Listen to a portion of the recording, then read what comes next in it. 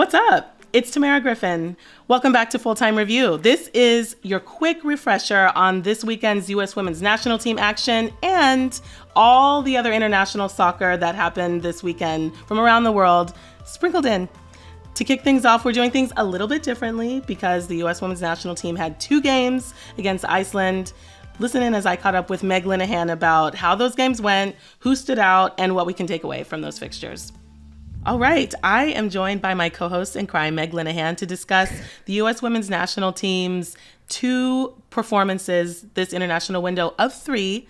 These first 2 saw 2 3-1 victories over Iceland in Austin and Nashville this weekend. The first saw a first-time, somehow, goal by Alyssa Thompson, Jaden Shaw, and Sophia Smith. The second saw goals from Lynn Williams, Lindsey Horan, and a first-time and first cap for Emma Sears. Meg, there was a lot more happening in this game than I personally thought coming into these 2 fixtures. What are the biggest takeaways for you? I mean, I think it's been a while since we've seen Iceland for the U.S. Women's National Team. So I do think, the sense that Iceland truly did pose legitimate problems, right? And kept themselves in these games, 2 very good performances for 75 minutes back to back, right? The fact that the U.S. actually had to dig themselves out of a hole for the first time in a very long time, really since I think She Believes or, and going back to Gold Cup, right? We have not seen that challenge and we haven't seen it under Emma yet. So I think there are some really good positives to take out of these games, but it's also just kind of we are very early in a cycle. This is very much a time of experimentation. So they've been more interesting than I think we could have hoped for. Yes. But at the same time, I'm just kind of great. It's also still October 2024. And I mean, we're learning things to say the least, right? But these are still auditions right at the moment. Absolutely. And I believe Emma Hayes said something to this effect that with these international friendlies, sometimes the sense of familiarity that these players are going to have is going to feel like their very first time playing together when she first joined the team. I feel like both of these games were very much tales of 2 halves as we're looking at these emerging partnerships, trying different combinations. But let's start with that first 3-1 game, the Austin game. Obviously, I think the biggest headline of that, as I mentioned, was Alyssa Thompson's first goal with the U.S. Women's National Team, which if you've been following her at Angel City this season, will not surprise you. She's been so in form, and you could just see the amount of work and sacrifice and growth that she's had just in the short time that she's come onto the scene at the senior level in that goal celebration. Super goosebump inducing, but it obviously also gave a huge boost to the team too. Yeah, I mean, I do think, Alyssa Thompson, the Kristen Press School of Finishing, right? The fact that she's been doing extra reps with Kristen Press. But I mean, that was what was so fun about it after is she said, I get myself into that position all the time. I know to put on my right foot. I know what I'm doing in that space. And so then to see that translate to the national team. But it is really funny to think okay, I've watched you with my own 2 eyeballs at a World Cup and somehow you still don't have a U.S. Women's National Team goal. I did have to sit there and think for a minute, oh yeah, she really doesn't, right? She's been scoring all these goals with Angel City, and here we are. But I do think that was definitely the fact that we got Alyssa Thompson and Jaden Shaw, 2 19-year-olds scoring goals, right? This is that's exactly what you want to see out of the U.S. Women's National Team right now. I totally agree. And even though this was not Jaden Shaw's first goal with the U.S. Women's National Team, it did feel like a allow me to reintroduce myself sort of goal because, she did not have the best Olympics. She was, dealing with injury. I mean, totally unable to play, so... Right. And, had maybe been a bit questionable. But with this 26-player roster, I think one of the benefits is being able to give players who have been in camps pretty regularly, but maybe had been falling off due to injury or maybe dips in form, a chance to sort of work their way back in. And Jaden Shaw certainly did that with that goal. So that was also super satisfying to see. And of course, Sophia Smith scoring goals. She, of course, had also been dealing with injury, but Sophia Smith in goals, pretty inevitable. No surprises there. Yeah, I mean, I think what is really interesting, and probably if you're watching that from Portland, you're both freaking out because she's missed the games due to injury. But Portland's in a pretty good space for playoffs right at the moment. So you're probably looking at her being oh, scoring goals, great. Please bring it on back so that way maybe we can pull off an upset in the playoffs. But there is a sense of her returning to the field looking as if she hasn't really missed a step very encouraging stuff. Absolutely. And they liked that scoreline so much, they did it twice a few days later in Nashville. Meg, what was same scoreline, but very different game, especially in that first half.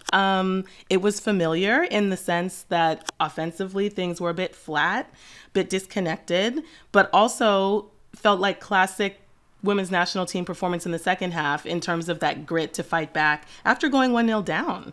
Yeah, I mean, Emma Hayes did talk about this in her post game in Nashville, just saying like we were slow to press, we were slow to do everything, right? And so they go down a goal. I think Casey Murphy is going to feel the goal that she allowed in terms of allowing an Olympico with her height, like getting kind of caught up with folks. Like it did feel like a mistake, but also again, like this is a time where this team can afford mistakes and can turn them into learning experiences and not feel that sort of pressure of we've got a major tournament around the corner. So that is a helpful thing right at the moment, to have to go into the half and figure out how are we going to solve it. And there were changes obviously on the field. Again, 3 substitutes come in, 3 substitutes score goals. But I think the story that everybody's going to be talking about coming out of Nashville is Emma Sears. Yes.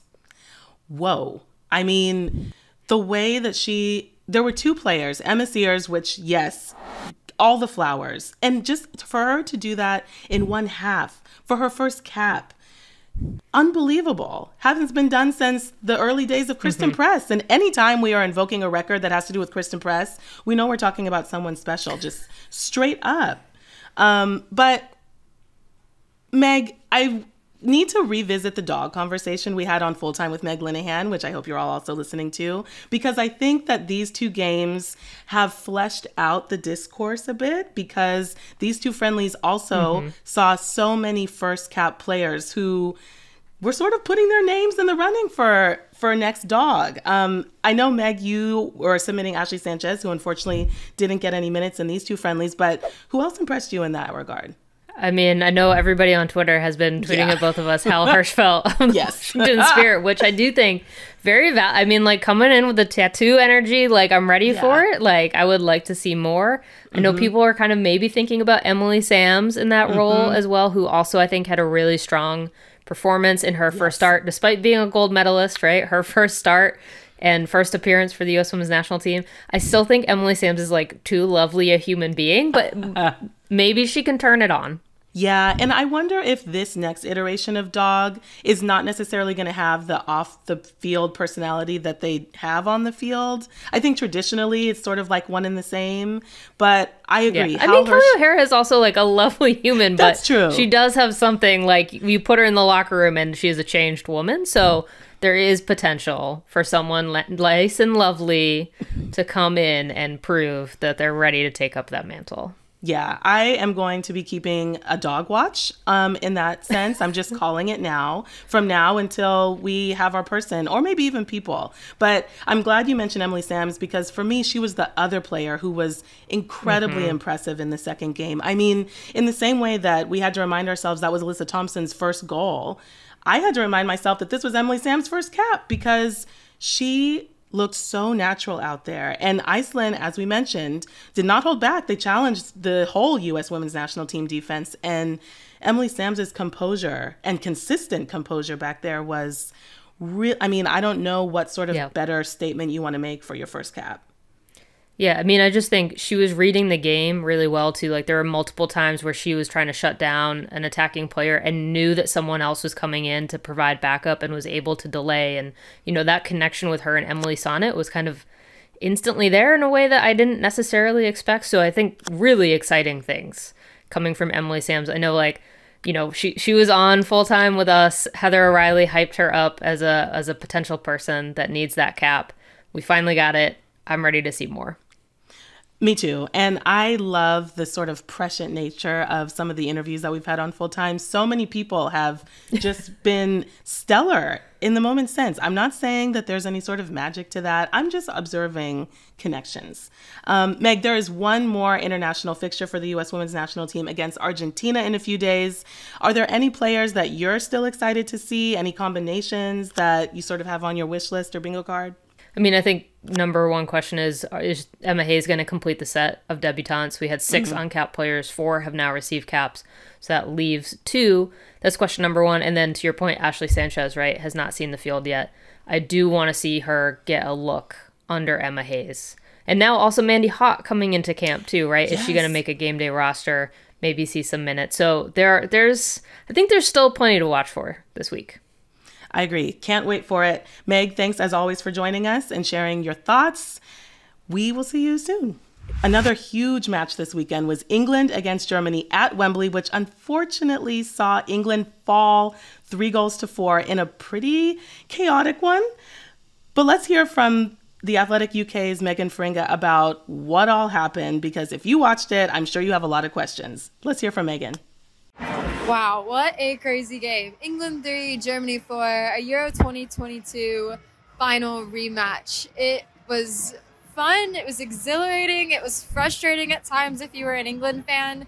I think this is a bit of a wake-up call for Sarina Wiegman's Lionesses. Georgia Stanway had said that this game was sort of the start of their European title defense, and you can already see that sort of some of the concerns and issues that were boiling over the last couple of months and maybe even since that World Cup final loss against Spain definitely came to the fore tonight. I thought England's defense was all over the place, especially in the first half, and Germany exploited that really, really well. And as we've seen with England, there's been an issue when teams counter and break fast. So yeah, for England, this is a bit of a wake-up call, but also to get back to where they were, to bring the game so close with 10 minutes remaining, I think is a testament to the spirit that this team has always shown under Wiegman, and that's something that cannot be dismissed. I think it's a huge positive.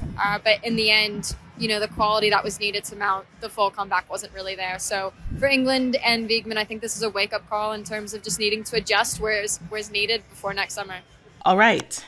Staying in Europe, Spain found their way back to a 1-1 draw against Canada when Cristina Martin Prieto scored an 89th minute equalizer to cancel out Marie-Yasmin Alidou's second half strike. Now, just as a reminder, Canada currently do not have a head coach because Bev Priestman has been suspended from soccer following that Olympic drone scandal. And so Canada's coaching staff was composed of 4 different coaches who led the team in Spain. Another big matchup, 2 South American giants, Brazil and Colombia, also drew 1-1 in Espírito Santo. Catalina Usme of Colombia struck first, but then Tarciane, who also plays for the Houston Dash in the NWSL, headed in a corner with 15 minutes left in the game to give Brazil an equalizer. Speaking of the NWSL, even though there wasn't any league action this weekend, there was the inaugural NWSL and Liga MX Femenil Summer Cup final in San Antonio. Kansas City Current against Gotham FC, and Kansas City Current were the ones who walked away with that victory. 2-0. I will give you 2 guesses as to who had the brace. One of the first names better be Temwa. The second one better be Chawinga. Who else but her? Also in the NWSL last Thursday, the Utah Royals announced that interim head coach Jimmy Coonrotz would become the club's new permanent head coach. If you want to read more about that, please check out Meg Linehan's interview with him at theathletic.com. But before we fully get back into NWSL action, the U.S. women's national team have one international friendly left, this time against Argentina on Wednesday in Louisville. Now, if you have watched the 2 games against Iceland, and if you plan to watch that U.S.-Argentina game on Wednesday, let us know what you think. There's a lot going on, lots of new faces, lots of first goals being scored. We love to hear what you think always. What did you think of Emily Sam's performance? We want to hear from you. Please make sure that you reach out to us at fulltime@theathletic.com. And if you can't get enough of this women's soccer content, because as you've heard, there's a lot to keep up with, make sure you subscribe to our free weekly women's soccer newsletter at theathletic.com/fulltime. And make sure that you're following us on socials at TA Fulltime, where you can catch a little bit more of our voices and our faces and keep yourself satiated in between games. Thank you, as always, for listening. Special thanks this week to our producer, Theo Lloyd Hughes, video producer, Leah Griffin, and executive producer, Emily Olson. This show would not be possible without them. Thank you, as always, for listening, and we'll see you again on Thursday.